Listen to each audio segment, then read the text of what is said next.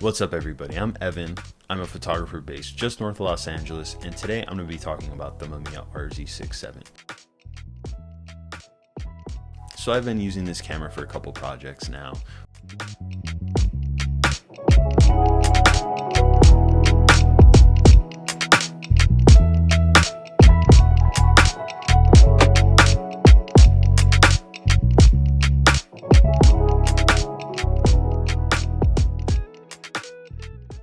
And I found that it has really fit into my workflow. Now, when I was getting my feet wet, I was trying to figure out exactly where I wanted to go. Did I want to go with the Pentax 6.7 or did I want to go with the Mamiya Rz67? And coming from the Fujifilm medium format digital system, I was kind of going towards the Mamiya originally, just because of the fact that you have that waist level viewfinder option. I was a little hesitant because I knew that the Mamiya was big and bulky, but I bit the bullet. Now, I'll be honest, initially I was regretting my decision. This thing is modular, so it's a big brick, and you kind of build up your system to get it to how you want it, right?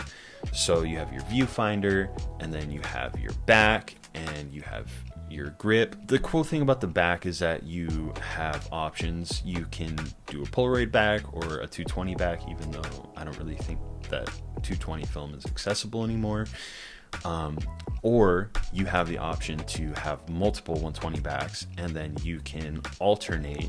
Let's say one of them's black and white and the other one is color, and you're doing a shoot and you want to alternate, right? You have different setups, so you're like, okay, well, I'll do a couple black and white on this one and then switch to color, and then you're able to kind of just get in the flow a little easier, I think, when you have that option available. Back to the form factor. So it's heavy, and I had a strap, so it made it a little bit easier for me, but I could see how some people would be turned off by the weight. And then there's also the strange form factor when you add a grip into the mix and the prism viewfinder. So the problem with that is trying to find a bag that fits everything conveniently so that you don't have to take it all apart and put it all back together every single time you're doing a shoot. Now, that is an option available, and I know some people do it. Not something I want to do. I want to be able to just pull the camera out and go. The other problem that I faced is I was having trouble focusing. I was having a lot of trouble, and I was like, okay, well, maybe it's my viewfinder. Maybe it's the waist level viewfinder. Well, the one that I had when I bought the system, it didn't have a magnifier. So I figured, okay, well, maybe it's just, the waist level viewfinder that I have. So I tried the prism viewfinder, and the prism viewfinder was giving me the same problem. And then it had a bunch of residue in it, and that was a whole thing. So I'm like, okay, I'll just buy a newer, more mint viewfinder. So I did that, and it definitely looked better, but I was still having trouble focusing. I was just about to return it, but I was doing some research, and then I found out that my problem could be the focusing screen, not the viewfinder. I did a little more research and found that I think it was the Micro Prism E that has like the rangefinder patch and the focusing screen, and it's supposed to be the best one, but I could not find that anywhere. So I settled for, I believe it was Micro Prism C, which is just the rangefinder patch, and that made it so much easier. And instantly I was hitting focus every single time. So in that sense, I was kind of glad that I didn't sell it. Now, the other thing that makes the Mamiya Rz67 such a great camera for me is the fact that you have the flash sync capabilities with the leaf shutter lens. The flash sync system just really makes alternating between digital and film really easy.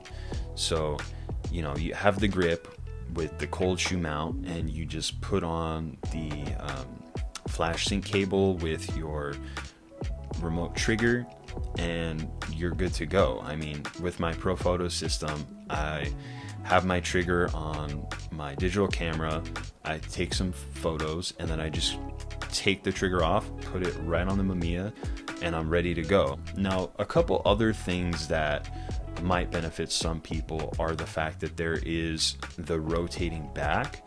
This is kind of a problem with the Pentax 67, I guess I would say, is that when you're shooting vertically, you kind of have to hold it like this, and you got that grip on there. And then some people have the thing that you kind of change the focus with. It's a little inconvenient just because you kind of have to contort your body to get into certain positions. And when you have the rotating back, you just flip a switch, turn it, and then it's vertical. That's definitely a benefit. The other thing is you are able to easily switch between multiple exposures.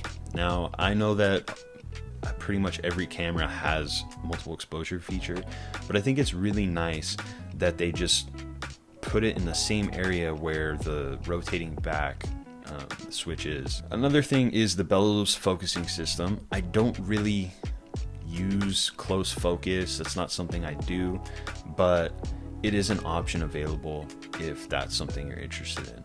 One thing I do want to address is the cost. It's not that expensive comparatively when you are just getting, you know, a used Rz67 with like a 90mm lens, right? If you want the best quality, you're gonna have to put down a lot of money. It's the viewfinder. If you get the AE prism in good condition, you're looking at about $400 to $500, and then the grip is like $150 to $200, so it adds up. But again, I would say that you have the same dilemmas with the Pentax 67. You have to buy those more expensive lenses with the leaf shutter system to put the flash sync cable in, and so that's an issue. And then you don't have the rotating back. Ultimately, the benefit for me is the flash sync and just the ease of use with that. One other thing I did want to discuss is gear.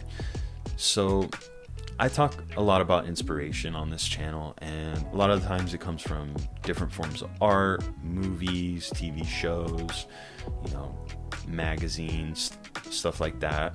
But sometimes it comes from equipment, and I'm going to be transparent about that. A lot of people say, you know, it's not about the gear, it's about using your creativity and stuff like that. And what I think a lot of people don't realize is the gear that you use can inspire you. And I found that with the Mamiya Rz67. And I tend to notice it depending on what I'm using in general, what type of camera. I shoot differently.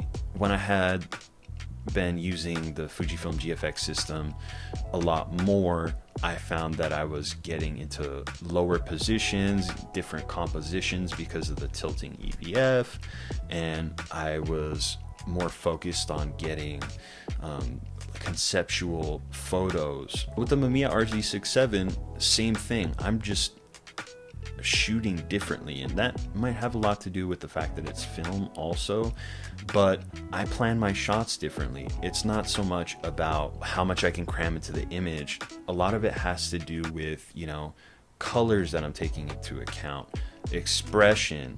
So hopefully that made sense. But the Mamiya Rz67 overall, I'm very happy with it, and it just fits into my workflow. I highly recommend it.